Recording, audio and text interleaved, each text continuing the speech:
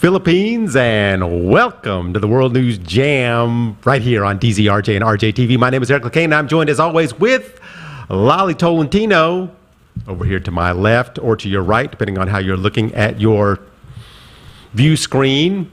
Lolly Tolentino, happy May 1st, which I think is Labor Day. Yes. Yeah, it's Labor Day today, May 1st. There's a song, remember, 1st of May? I do not know that song, but that does not mean much. Lolly, there's something I wanted to talk about before we started the show today, and that's about a friend of mine named Martine Capel. And she came on this show a few times. She is a tall, blonde woman with a big smile. I met her in the Philippines at the Rotary Club, and we immediately became friends. And she is from Denmark. She has a long list of accolades for helping people, which is why she was here in the Philippines. She started a school in Kenya, Nairobi, and she was the head of the True North Leadership and a member of the Norway Chamber of Commerce here in the Philippines, and a lecturer and a diplomat.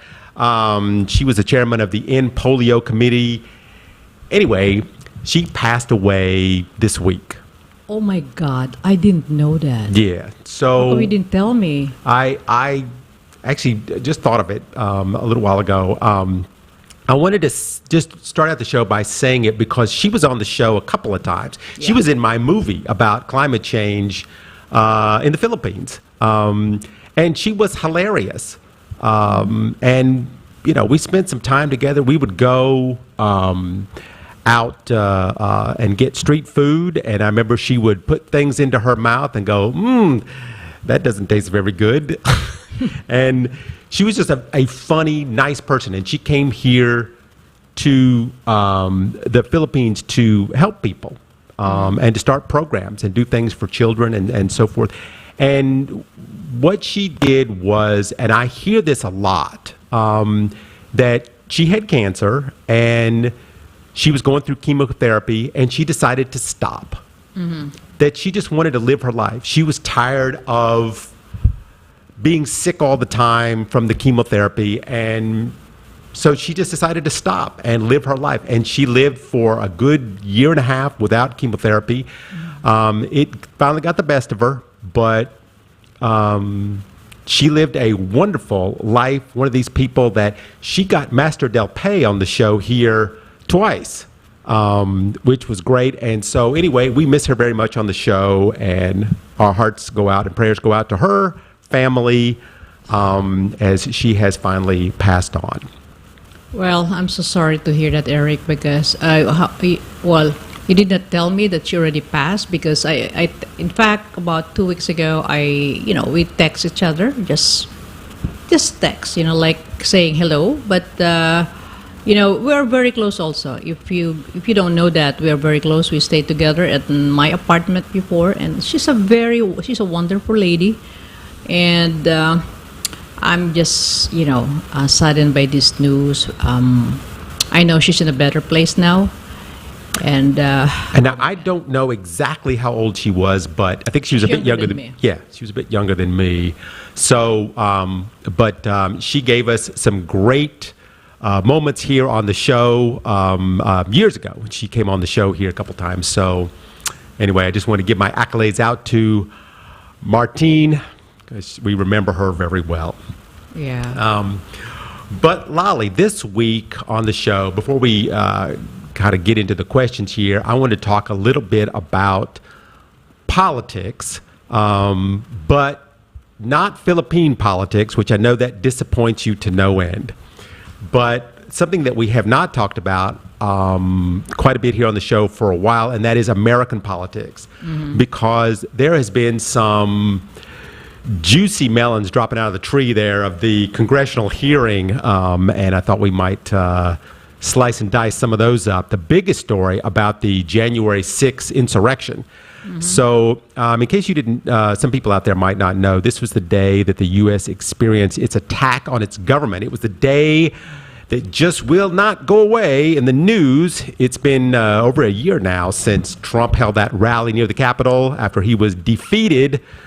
Trump held several types of rallies after the election to say, it was stolen and he was cheated and we should stand up to the evil Democrats. But on January 6th, that was a very special day because not only was Trump having a rally, but Congress was also about to certify the election at the same time. Now, in the U.S., and we have talked about this many times on the show, we don't go by the popular vote to pick our president. We pick electors.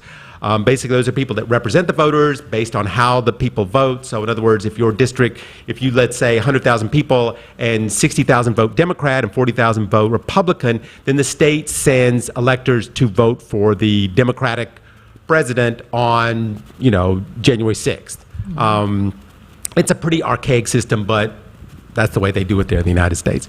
So what happened was when the election is done, some of the states run by Republicans were supposed to send Democratic electors, but instead they sent secretly Republican electors, or fake electors as they're becoming known now. So those states were saying that they were the ones that, they are the ones that get to pick their electors and they get to supersede whatever the actual voters picked.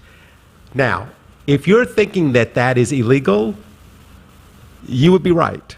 So this plan was set into motion by Trump and several other officials from the Republican Party to overthrow the election in the United States. Now, we have known this before.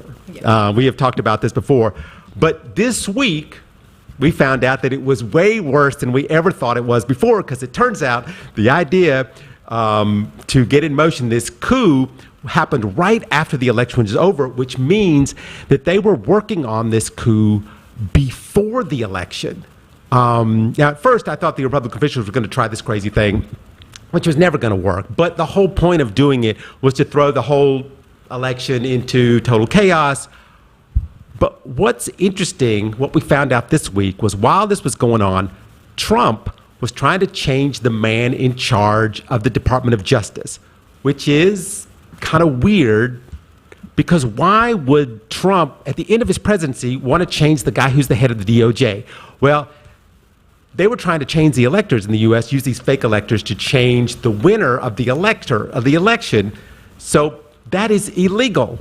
So Trump thought by putting in this guy, he could just say, oh, well, we changed that law. It's okay. You guys can, you can send fake electors and it's not so bad. So Congress decided to question this guy. And of course, he pleaded the fifth, which you have the right not to incriminate yourself in the United States if you have broken the law. So anyway, the plan of swapping out real electors for fake electors, it didn't work. So plan B. And here's where things got really interesting this week. Trump had this rally on January 6th. Now, it was 2 miles away from the Capitol.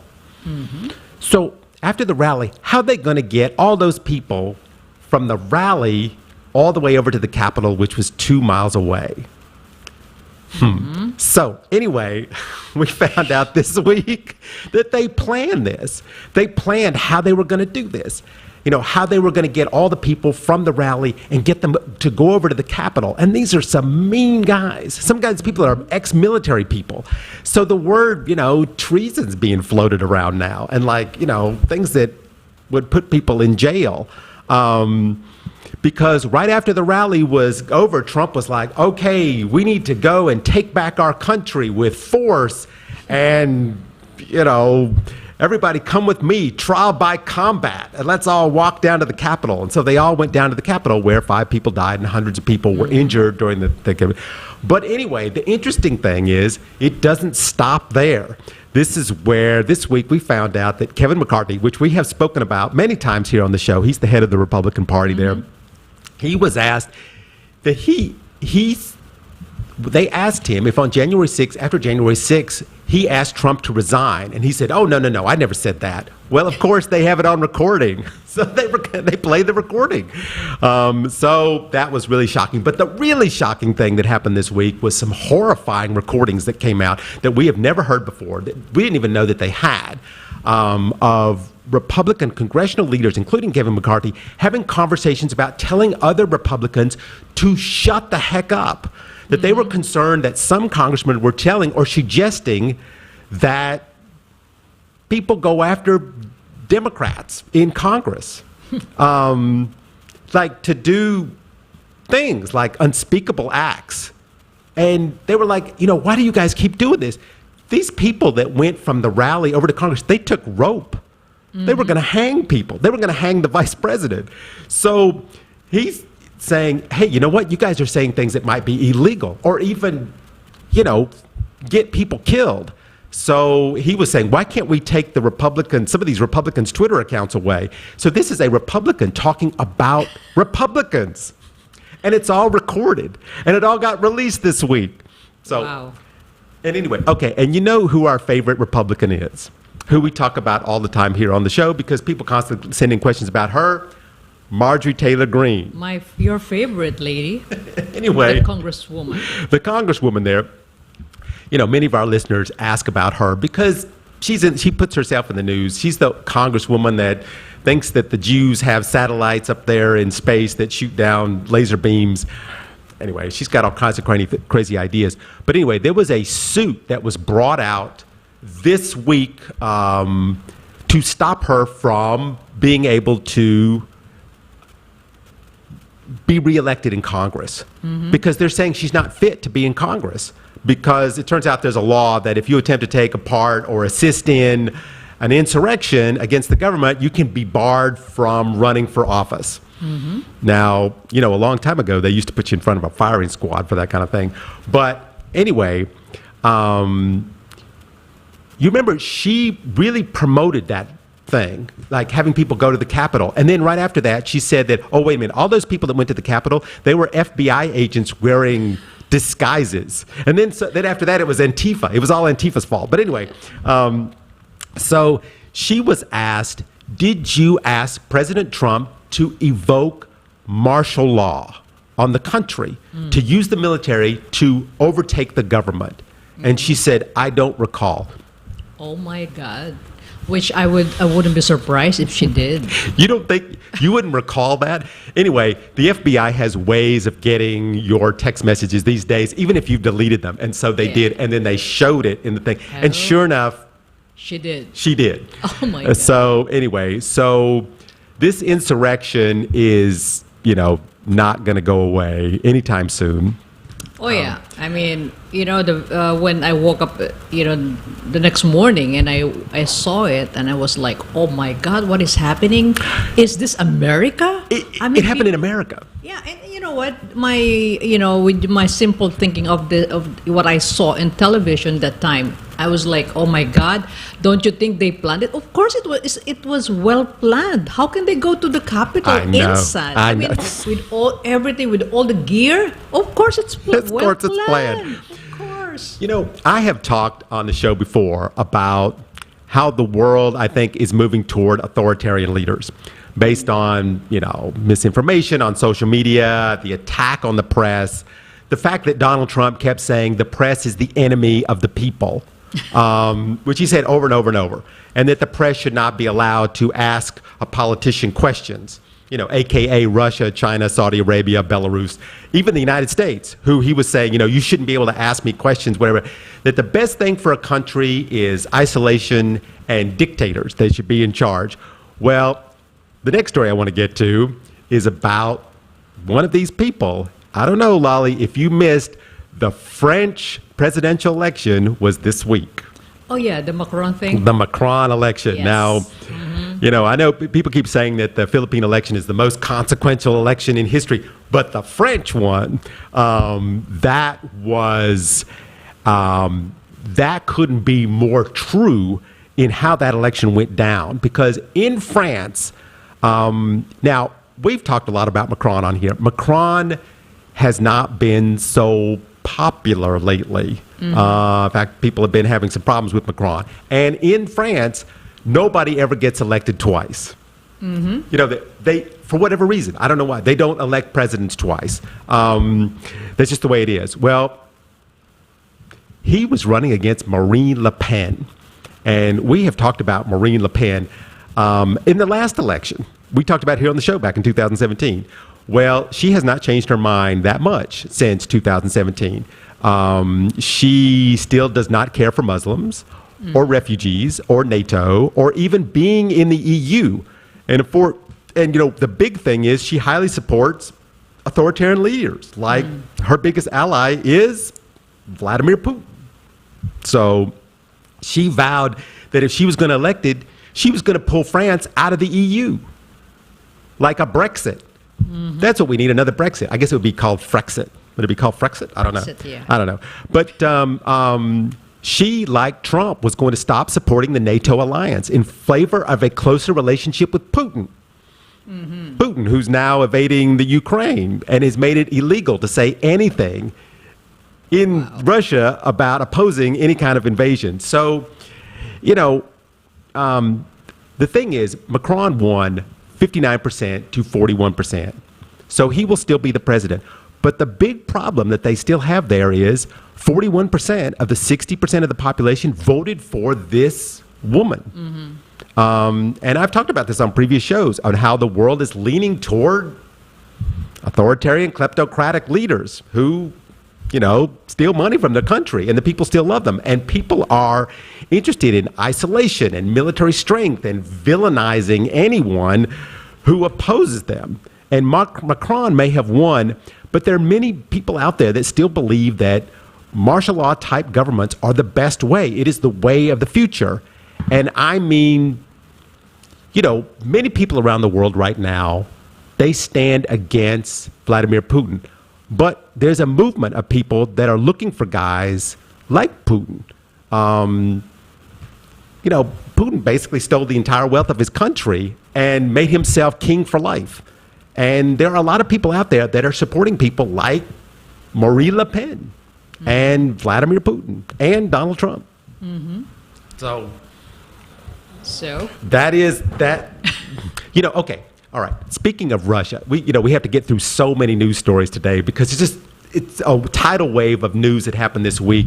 Very interesting thing, and I want to get your thoughts on this. Remember back when Putin said that if you don't start paying us with Russian rubles, we are going to turn off your oil and gas?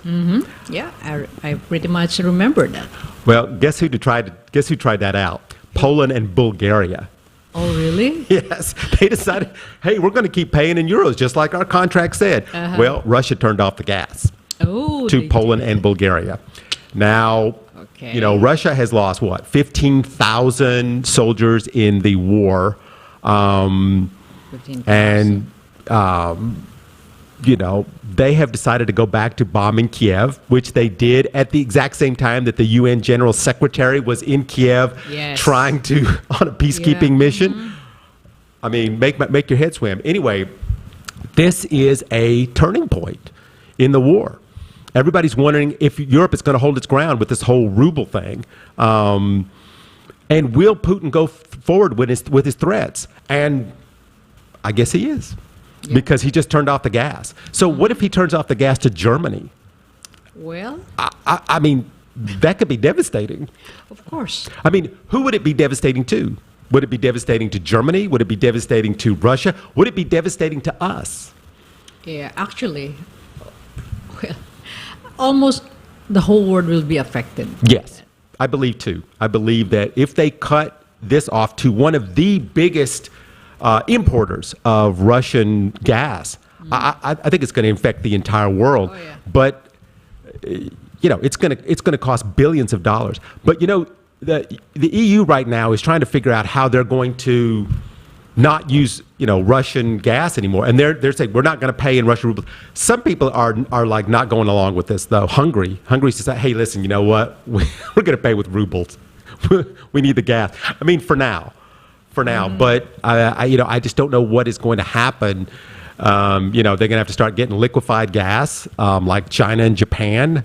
But if they start doing that, God, the price of gas, the price of oil around the world, inflation, COVID just ended.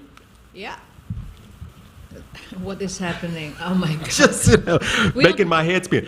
Yeah, we don't know where we're going now. We don't know where we're going. With all the things happening in the world. Oh my God! Here's the funny thing.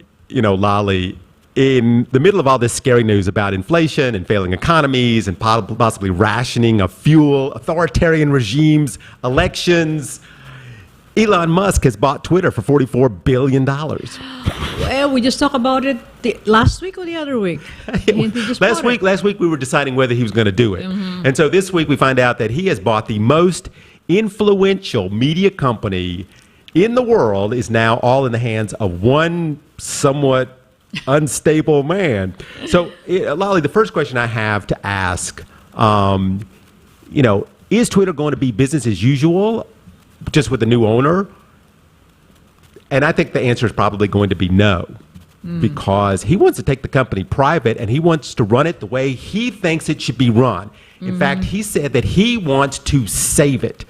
He wants to fix what he calls the problem of free speech.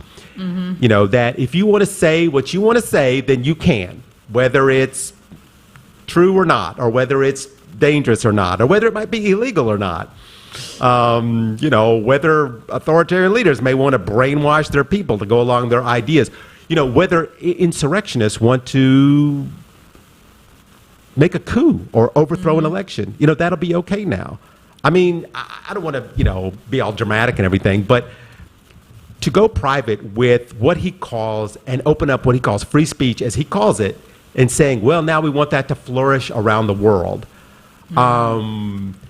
Is there going to be any oversight to Twitter now? Who's going to be the one to oversight? Is there going to be a moderator? Who's going to be the moderator? That's a good question, Eric. Who? I heard that the people of Twitter are scared out of their minds. Well, with the kind of personality of that guy, Elon Musk, I think they should really be worried. I mean, it could be a this. melting pot of misinformation and disinformation now. Yeah. Where, if people wanted to, you could start showing videos of people getting their heads chopped off. Oh my God. They stopped doing that. And now, but that's free speech. I mean, yeah. So, and of course, the other question is, what about the loudest voice ever to ever be on Twitter? Donald Trump. Is he coming back? At real Donald Trump. Is he going to get his account back? If everybody remembers, Donald Trump was banned from Twitter for misinformation and spreading things about COVID and an election and all kinds of stuff. So, and what if, somebody comes on and says, Oprah's giving away a free car. All you have to do is click this. And so everybody clicks, some kind of ad, and then it turns out to be, it puts you on a list, and then, you're now on some kind of election, list. These are the kind of things that Twitter has been trying to stop and try and moderate. But now, how are they going to do ads? Can anybody put an ad out? And what can those ads be? And this is something that Twitter has worked very hard. The government in the United States is trying to oversight this, so they have to look at these things. So people cannot influence elections through social media or say dangerous things to get people killed. And so you can't do that right now. So is that free speech? And that is the thing that everybody's like, what is Elon Musk going to do besides shooting rockets into the air and making electric cars? Now he's going to be the owner of the biggest social media platform in the world. Oh my God. I still have my Twitter account, but I seldom use my Twitter. Should I stop using it? That's my question. I don't know. I mean, we have to wait and see. We have to wait and see what he's going to do because, we still don't know. I mean, the fact that he said that, I'm going to run it the way I'm going to run it, and free speech is what I'm going to bring back. And of course, everybody believes that he's bringing that back because, Donald Trump is now going to be able to be back on Twitter, and what is he going to say? But speaking of what Donald Trump may say, what do our viewers have to say this week? Because we got to get to some questions here. Yeah. From our viewers. We have a lot of questions, Eric, so let's start the ball rolling. This is from Ansel of Quezon City. Okay. Can you explain why Trump has to pay $10,000 fine daily? It's crazy. Thank you very much, Ansel from Quezon City. This goes back to stuff we have talked about before over the years on the show. Trump's business practices have all been looked at as, they've always been looked at as corrupt, but they've never been able to really catch him on a lot of stuff because, he's got a lot of lawyers and he's got a lot of legal tricks and, he's been able to appeal and appeal and appeal until the Justice Department, either somebody new comes in or they run out of money, but not now. They got him now. They got him on this thing that says that what he tried to do was when he needs money, he increases the values of his assets so he can get bank loans, but then when he has to pay taxes, he decreases the value. And he does it in 1 year. So, I mean, which is what, so he's been, it's fraud. So they think they got him on this, and they said, you need to turn over a bunch of documents to us because they've got you. And of course he refused to do it. So they said, all right, listen, we're not the same Justice Department that was here before. 10,000 a day until you turn over those things. So he's getting. So how many days now? I mean, it's been a while. He owes a lot of money now, and it doesn't stop. It's not stopping. So Trump better turn over some kind of documents, or before long, I don't know how many days he can handle paying $10,000. But he's getting killed there in court in New York. Wow, 10,000. Maybe I know he still has a lot of money, so he can afford the 10,000. He's got some cash, and he'll appeal it and appeal it and appeal it. But this is the first time he's ever been stuck with a fine like this. Yeah. All right. Good for the. I think we should get the $10,000 instead. Boy, if we could figure out how to get that, Tim, I know. That'd be something. Okay, let's go to Eddie Boy of Manila. What does it mean when Elon Musk said he wants to authenticate all real human on Twitter? Yeah, very good question, by the way. Here is something that nearly every Filipino has experienced, especially in this current election that we're going through. Fake accounts, robotic accounts, which are programmed to offer you something or a great deal or a prize or something. And once you click on it, then your name is now on a list. And that list can now be bought or sold by whoever. So do we know when an account comes up, is that person human or not? What if Duterte came on Twitter and offered you an amazing deal on a cryptocurrency? But it's the president of the Philippines, so he must know what he's doing. So I'll click on that so I can see what kind of cryptocurrency Duterte wants to sell me. Duterte is not selling cryptocurrencies. Yeah. So, Okay. So, here is, I think what he's trying to do is trying to figure out a way to figure out whether a person is real or not.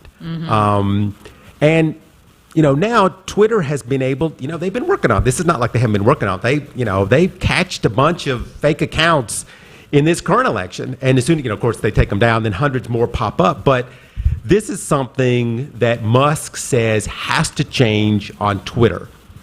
But how he's going to be able to authenticate a person's name as a real person. And this is something that a lot of people have asked, because what if he says, okay, you have to have a credit card.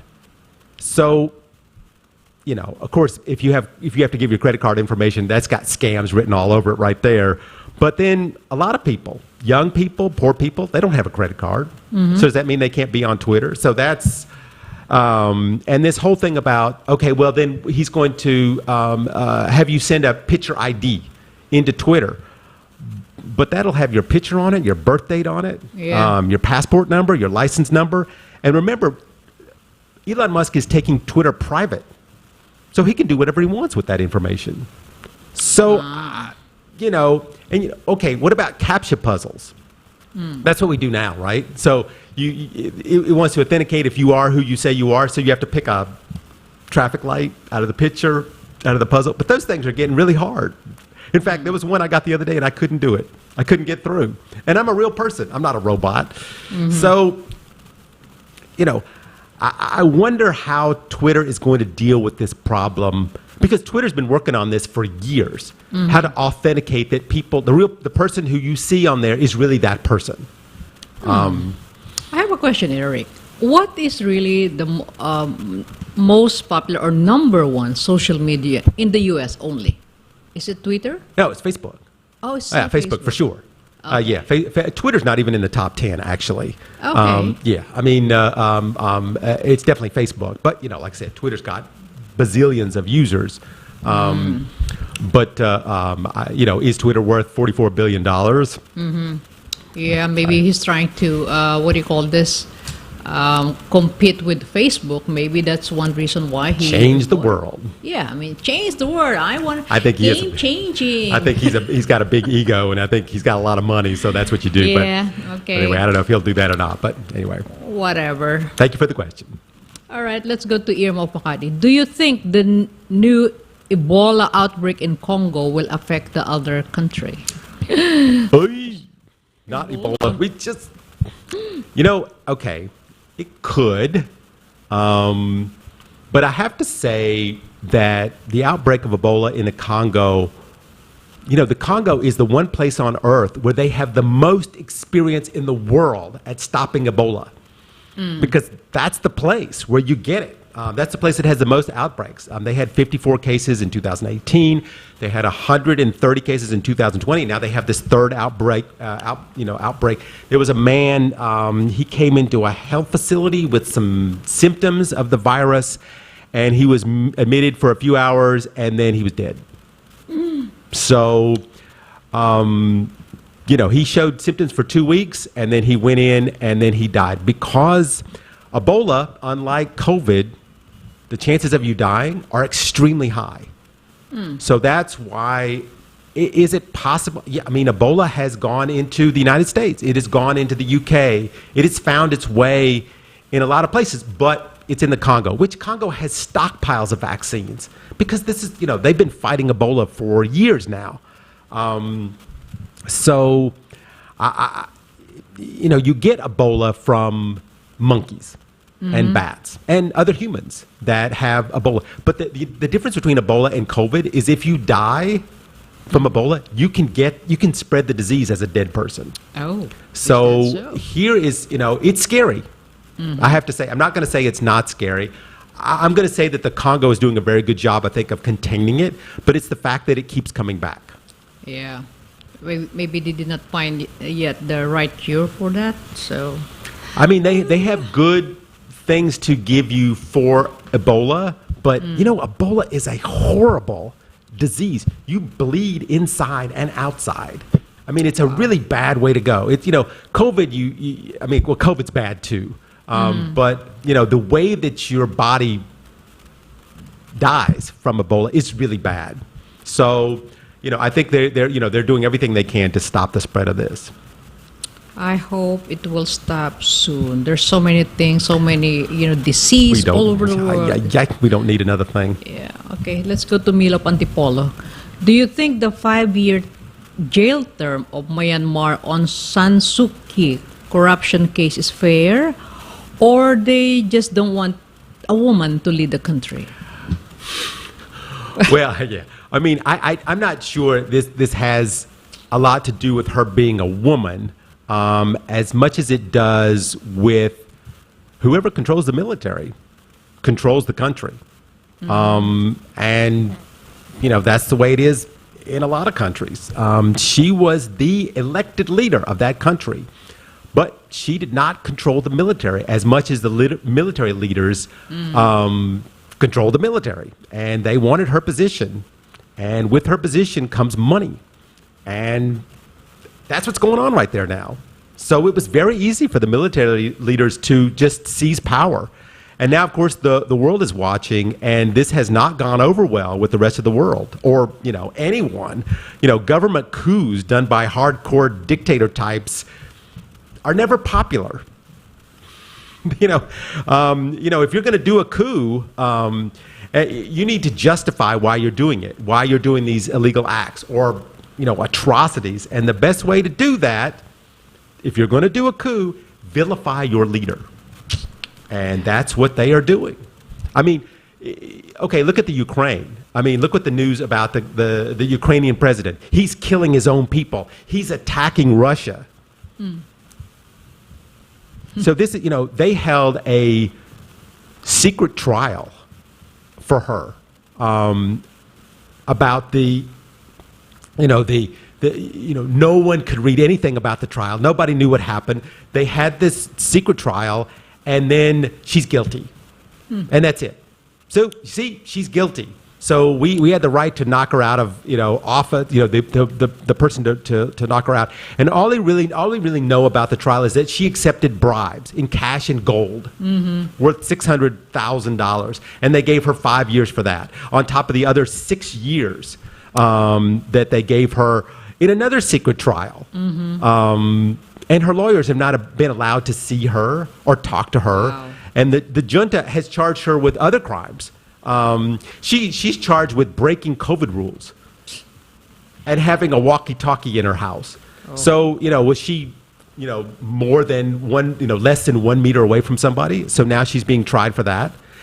This woman, and they're saying that the only reason that she was elected in the first place was because of, widespread fraud.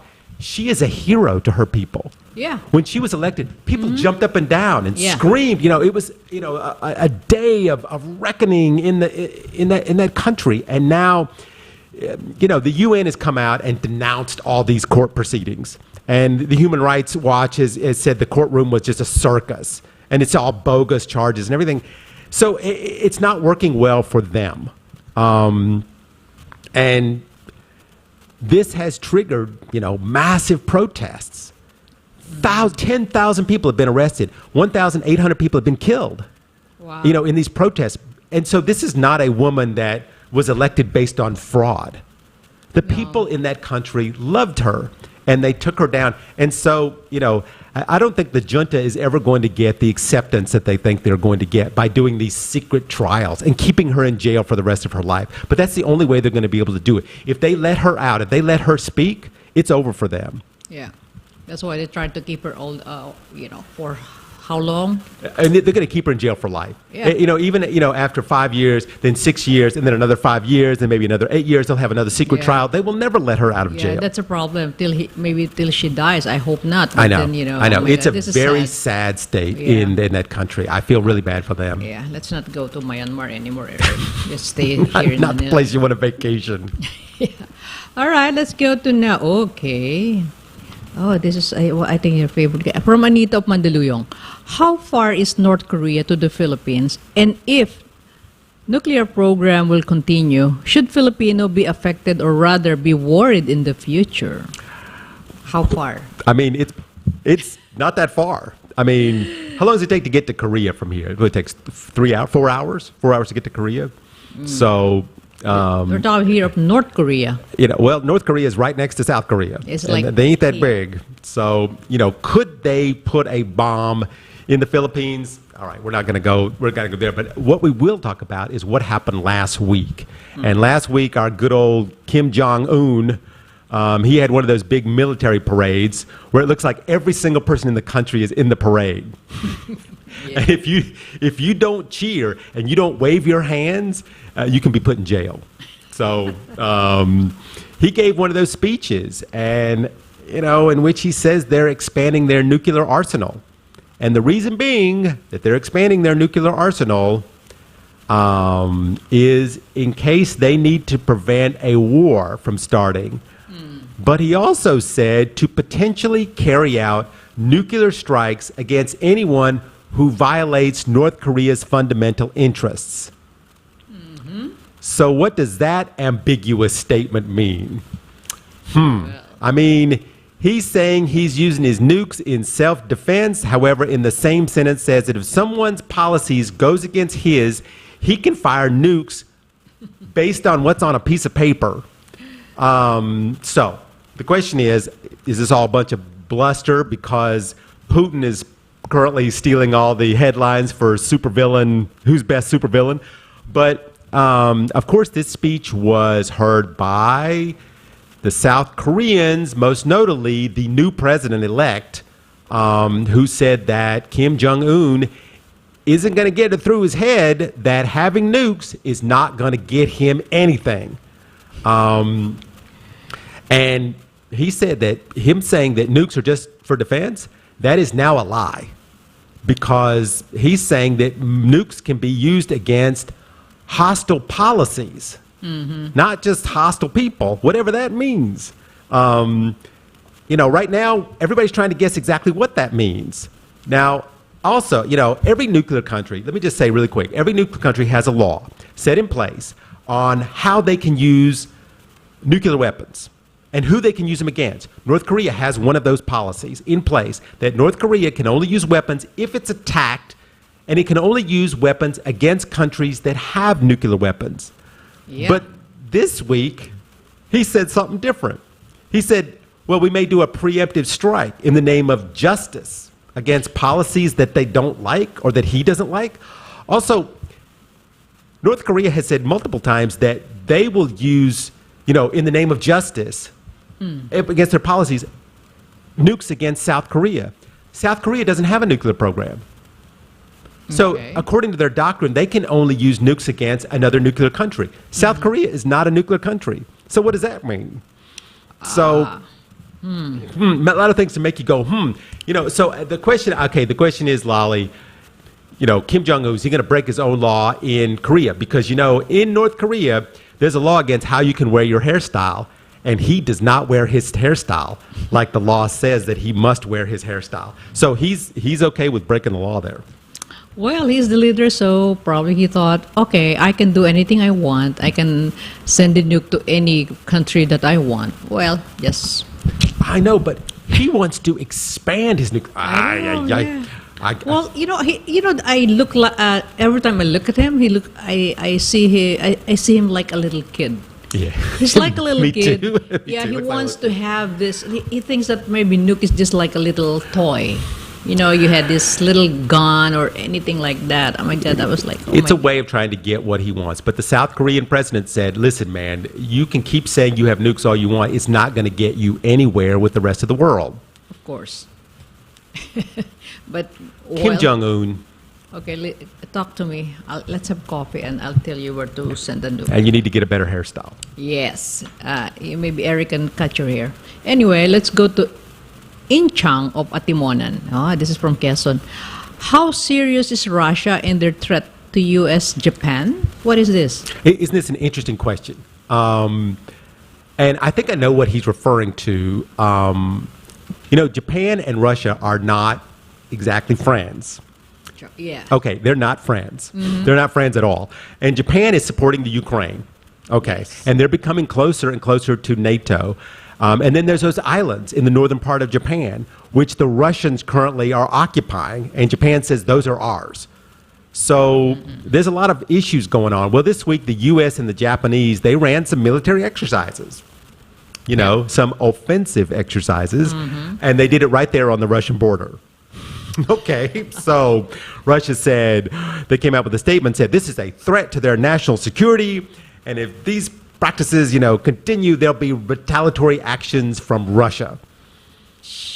Okay, so, let me just say, the U.S. and Japan does these kind of things all the time. They're always running these, exercises all the time because, and the United States Navy, they came out and they said, hey, listen, we're doing this because we want a free and open Indo-Pacific region. That's why they do this.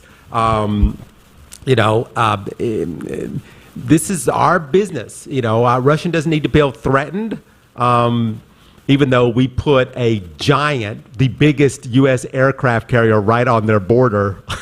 So, I think it's a little bit of, tug and twist back and forth between those two because, Russia also does military drills with China. Mm-hmm. So, I think that Japan does not trust China, and they do not like Russia, and they have an alliance with the United States, and that alliance is building with United States allies, and everybody hates everybody. And, well, not only that, look at is it over already, the exercise here in the Philippines with the U.S.? Yeah, that's done. But, that kind of thing is not, that's not going to end. The Philippines is going to continue to do exercises with the United States. Yeah, because this is, this is part of, I think, the Visiting Forces Agreement, BFA, yeah. I mean, it's going to continue to go on, and it's going to continue to go on in Japan, and they're going to continue to go right up against the Russian border and run their thing. Because, first of all, Japan is never going to let this go, those islands in the north part of Japan. They are never going to give up on that. When the Russians took that over after World War II, they're going to continue to say that those are their islands, and they're not going to stop until they get them back. Okay. What island do they need? I'll give them some. Everybody needs an island. Everybody wants their island. We have 7,000 plus island in the Philippines, so I can give one. Take an island. Yeah. Take a pick. Which one do you like? Open a nice sushi restaurant. Okay. I'm going to get in trouble for that. This is a very interesting question from Ren of Santa Rosa, Laguna. The West has been very vocal about their sanction to Russia, but have been largely silent about how they are benefiting from Russian money.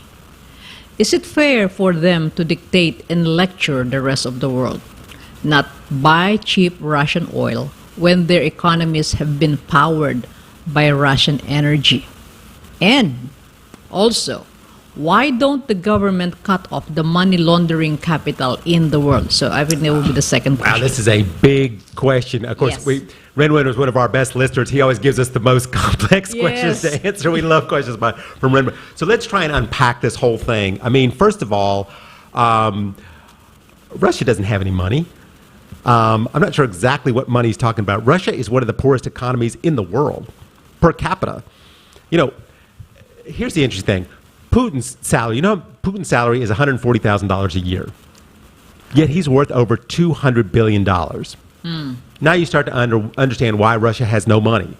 Much of the country's wealth is in the hands of Putin's cronies and his friends. I'm not making this stuff up. While the people of Russia barely have enough to eat, in Russia, there's 144 million people, yet the entire GDP of the entire country is 25% less than Italy.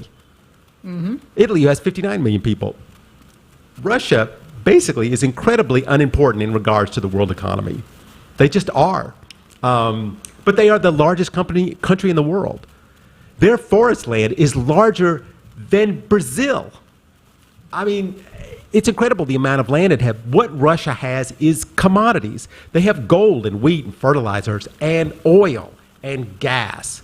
And of course, oil and gas is the lifeblood of their economy. It accounts for 43% of the total exports out of Russia, second only to the United States in the amount of oil that they pull up out of the ground. So why doesn't Russia have any money? And first off, the government moves money to bank accounts outside of Russia. And they buy jewelry and yachts and high-priced condos. And, they live in London and New York.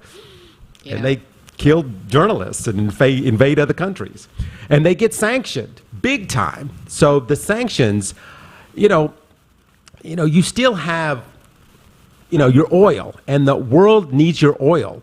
But there's no super sale on oil. Russia's oil is not cheap. It's a set price, and the world will buy it. Now, I'm not sure why they say that oil is cheap, but there is one point that Russia does not bring its oil to Europe via a boat. They have a pipeline, and that makes that oil less expensive because it all goes through a pipeline. But it is a huge benefit to Europe. There's no question about that. And Europe needs the gas, and Russia needs the cash. It's a good trade. But, Russia poisons its citizens and invades sovereign nations. I mean, my neighbor loans me his lawnmower and his hedge clippers for free. But he also, lures prostitutes to his house and kills them and buries them in the backyard. I'm happy that he gives me his lawnmower for free, but he's burying prostitutes in the backyard. Yeah. So it's that kind of thing. So I don't, how can we not criticize Russia? Yeah, I mean they give, they are one of the biggest producers of natural gas to Europe, but they're killing, children in the Ukraine right now. And this question about money laundering. Yes, Russian oligarchs move money, most of Russia's wealth, out of Russia and into Swiss bank accounts, and they buy fancy stuff with it. They buy paintings and jewelries and cars and houses. it's ill-gotten wealth. And, Russia is the king of money laundering. They are. I'm not making this up. But as many of us know in the world, in a lot of countries, it's hard to catch money launderers. They're trying. I mean, it's hard to get them convicted. And then once they do convict them, they're already back in Russia. So now, okay, so then what are you going to do? So they stop accounts and they try and get the money. But it's one of these things, it's hard. They hide money in shell accounts and relatives' accounts, and they move it back and forth. And it's really hard to figure out where it all is. But they're getting better at it. Mm-hmm. Look at that. I mean, those rich people are really, laundering money all over. All over. They will always find a place to hide their money. Cayman Islands, okay. And at some point before, they considered that Philippines is one of the places that they can launder money. It was one of the best places before. Uh-huh. Yeah, just because that's why now it's very, very strict here. That's why if you're an American, they need to check your. Yeah.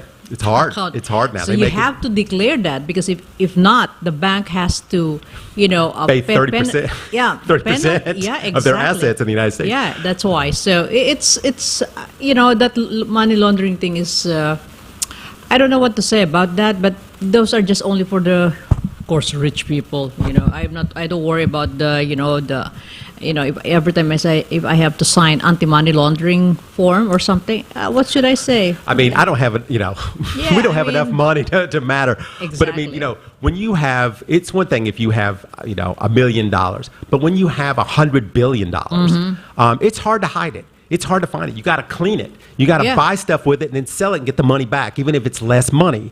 So, I mean, this used to be very easy for the Russians, but now it's getting hard. It's getting hard. I mean, they're confiscating yachts. Yeah, I mean, wow. I mean, how much is the one yacht? I saw those A yachts. lot. A lot. Yachts cost a lot of money. That wasn't there was a $300 million yacht that they just confiscated in the UK there. So, and the Russians, they don't keep their money in Russia because Russia's not really worth keeping the money in. Yeah, Russia has a very low economy compared to the rest of the world. Yeah, that's why a lot of these rich people, they're somewhere. They're everywhere. You want to keep your money in the UK or the United States or somewhere like that. That's so anyway, that's a problem right now for them. But in any case, what else we got? All right. We got the most interesting question, which is always the local. And this is again from Pastor Ed of Pasig. What is the probability of BBM winning the presidency but losing in the Supreme Court, as cases are expected to be elevated up to that level in case he wins in the election? All right. Okay. So let's try and navigate the cases against Bong Marcos and the rest of the Marcos. It can be a very daunting task, which we do not have enough time to do. But I think what he's talking about here, is the tax liability case. And, the best I can understand how this is playing out is Bong Marcos been convicted of a crime. And there is a certain number of months in jail that are associated with certain crimes that you cannot run for president. So Bong's been convicted of a crime before, tax evasion, and he was sentenced to months over that allotment. But Kamala said that you cannot disqualify Bong because failing to file an income tax return is not, in their eyes, a crime involving moral turpitude. If I got that wording right. So that case can be appealed to the Supreme Court even after he has been elected. Now, okay, fine. Let me ask one more thing, because I want to get your point of view on this. The latest issue that we've been slammed with on social media is the estate tax. And here's where Bong didn't pay his estate tax, and it went to the Supreme Court, and he lost. He lost by unanimous decision. So now the court has ruled against him, and so I think that people are saying because the head of the Bongbong Marcos people said, well, we're just going to wait and see how the courts decide. Well, the courts already decided. But I think what they're actually talking about is the amount of money that was added on in interest over this time, the whatever it is. I think it's 203 billion pesos. So if he is elected president, is this going to go to the Supreme Court? Not the case about his tax, about not paying the tax, the estate tax, because that's done. He's already said, they have to pay it. They just didn't pay it. But now the interest on it has ballooned into this ridiculous amount of 203 billion pesos. So even after he is elected president, is that still going to be in the Supreme Court? Okay. The estate tax, as far as I understand, is okay. Only who died? Who has that estate? The father. The father died. All right, the father. So,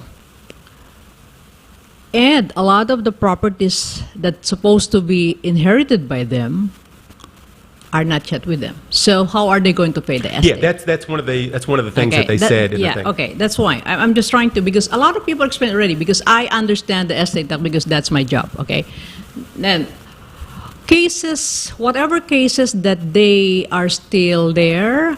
So let the court decide, because I am not in the position myself, because we're running out of time to explain about. I know it's a long explanation. Yes. Because we have to go through the fact that they're saying, well, it's not in our possession yet because the court's still looking at this because of the ill-gotten wealth cases. Yes. And are we going to they're going to do the ill-gotten wealth cases? It's complicated. I mean, I need 20 minutes to talk about this particular question, which we can come back to it. But I think, this is one of the interesting things that is going to play out this week, because this is the week before the election. Right. So we'll just have to, for me, I would just let the court decide whatever, if whatever cases they have in, because, if there's already a case, it's already in the court. Court will decide. It is not for anybody to meddle, to be, to get into that. I guess the question is that they've already said that he owes this much in taxes, and that's done. Which they said, well, no, we don't have to wait for the court case, and they said, well, no, he does owe it. We just have to figure out how much is on the interest. But in any case, next week, I'm sure we're going to talk about this exact same question again. So next week, Lolly, let's take it up again, because next week we're going to be the day before the election. Yes, I'm going to tell you whom to vote. So we will see. We'll see how crazy we are back then. So anyway, for now though, for me, Eric Lecain here on the World News Jam, and Lolly Tolentino here on DZRJ, we are out of time, but we will see everybody next week. So everybody, stay safe out there, and we will see you then. The views and comments of the hosts and guests are not necessarily those of the station.